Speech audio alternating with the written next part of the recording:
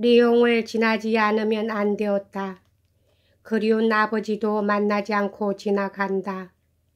아니 그런 용기를 가졌다면 뒷날 죽고 싶도록 후회했을 것이다. 메르스레스를 요관에 둔 채 온갖 용기를 다 내서 아버지를 만나러 갔다. 아, 나는 얼마나 공연한 걱정을 한 것일까. 아버지의 마음은 나를 대하자 넘치는 부성애에 휩싸였다. 우리들은 껴안고 얼마나 눈물을 흘렸던가. 처음 아버지는 내가 아주 돌아온 줄 알았다. 나는 지금까지의 경과를 이야기하고 지금 마음먹고 있는 결심을 말했다. 아버지는 심하지는 않았으나 반대했다. 내가 당면한 위험을 설명하고 철없는 짓은 되도록 빨리 집어치우는 것이 상책이라고 말했다. 그렇다고 억지로라도 붙들어 놓겠다는 태도는 아니었다. 그 점에는 그럴 만한 이유가 있었다고 지금은 생각된다. 그러나 어쨌든 내 기분을 돌리기 위해 가능한 모든 일을 하지 않은 것만은 사실이다. 이렇게 이미 발을 내디딘 뒤라서 새삼 생각을 돌릴 내가 아니라는 것을 혼자 판단한 것인지 아니면 나 같은 나이의 사람을 어떻게 하면 좋을지 처치가 난감했는지도 모른다. 이때 그는 내 여행 상대를 엉뚱하게 잘못 생각하고 사실과는 너무나 동떨어진 생각을 하고 있었다는 것을 뒤에서야 알았다. 그러나 그것은 당연했다고 해도 좋을 것이다. 나의 계모는 사람이 좋아 보이는 다소 응석바디 여자였는데 나를 저녁이라도 먹여보낼 눈치를 보였다. 나는 머물지 않았다. 돌아갈 때 좀 더 푹 쉬어 가겠다고 말하면서 배로 보내놓은 귀찮은 내 짐을 맡겨놓고 나왔다. 이튿날 나는 일찍 출발했다. 아버지도 만났고 과감하게 의무도 완수했다는 개운한 기분으로. 우리들은 별일 없이 프리브루로 도착했다. 여행이 끝날 무렵 메르스의 양이 열이 약간 식었다. 도착하자 벌써 서먹서먹하고 쌀쌀한 태도밖에 보여주지 않았다.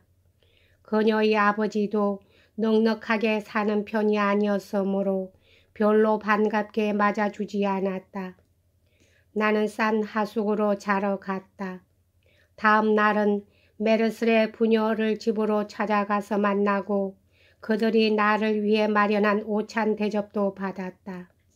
우리들은 눈물도 흘리지 않고 헤어졌다. 저녁 때 다시 하숙으로 돌아와서 쉬고 도착한 다음 날 어디로 간다는 뚜렷한 계획도 없이 그곳을 떠나왔다.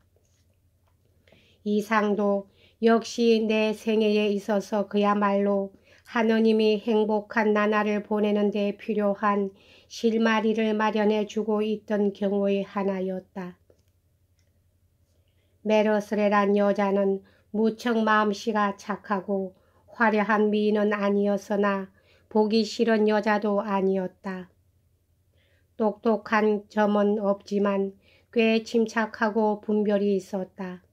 가끔 기분이 상해서 울음을 터뜨리는 일은 있으나 결코 처치 곤란할 정도까지 이러지는 않았다. 나를 정말로 좋아했다. 내가 그럴 생각이 있었더라면 아무 일 없이 결혼할 수 있었을 것이고 그녀 아버지의 직업을 이어받을 수도 있었다. 음악에 취미를 가진 나였으므로 그의 직업이 마음에 들었을 것이다.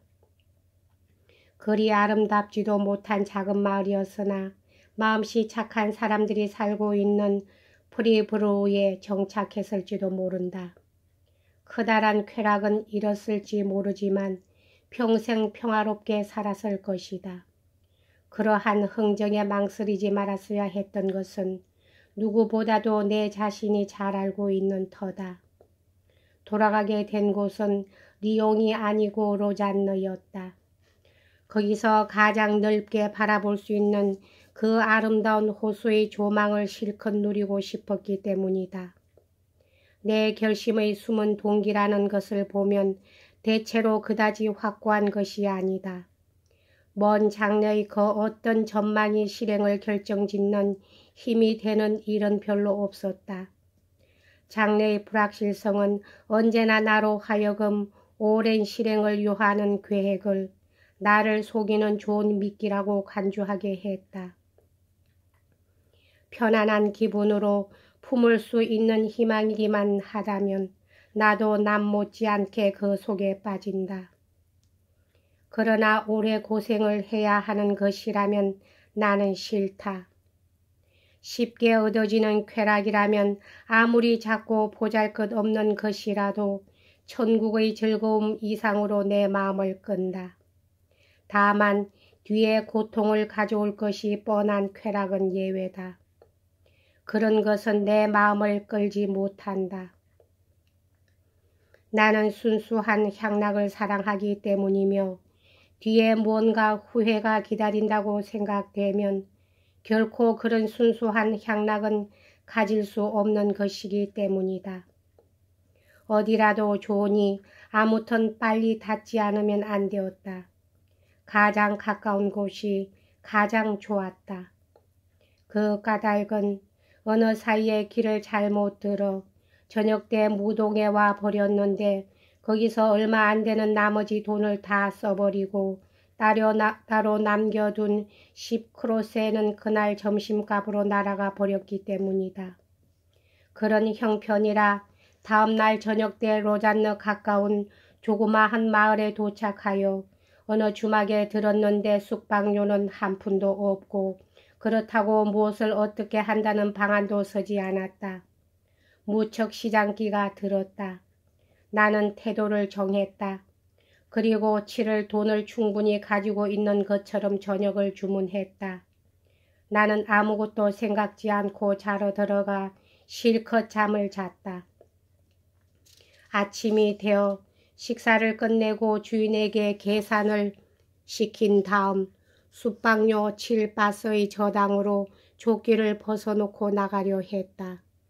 주인은 고맙게도 그것을 받지 않고 다행히도 오늘까지 남의 옷을 벗긴 적은 없으니 7바스만 하찮은 돈 때문에 새삼 그런 짓은 하고 싶지 않으므로 조끼는 입고 가도 좋으며 치를 수 있을 때 치러주면 그만이라고 했다.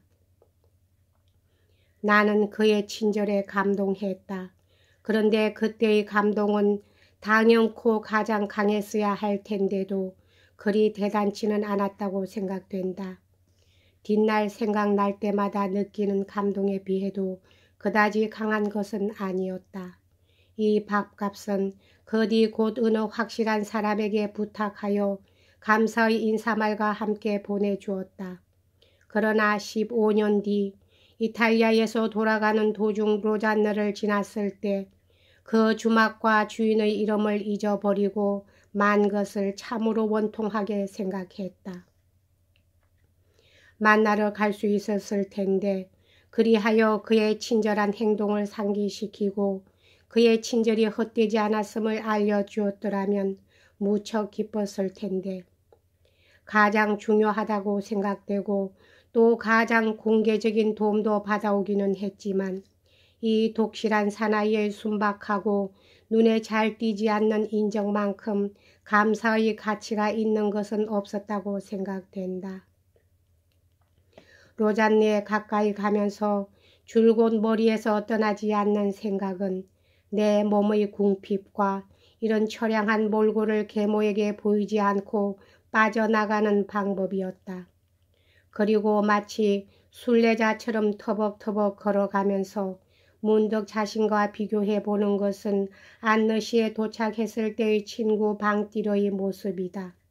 그것을 생각하자 가슴이 두근거리며 그와 같은 애교도 재주도 없는 자신은 생각지 않고 로잔느에서 작은 방띠러가 되어 자세히 알지도 못하는 음악을 가르치면서 가본 일도 없는 파리에서 자랐다고 자칭하자는 착상이 떠올랐다.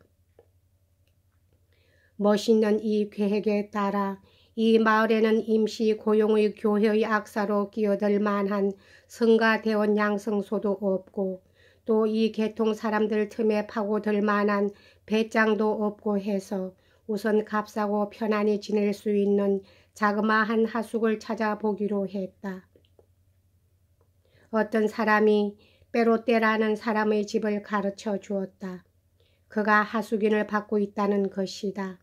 가보니 빼로떼는 다시 없는 호인으로 무척 친절하게 맞아주었다.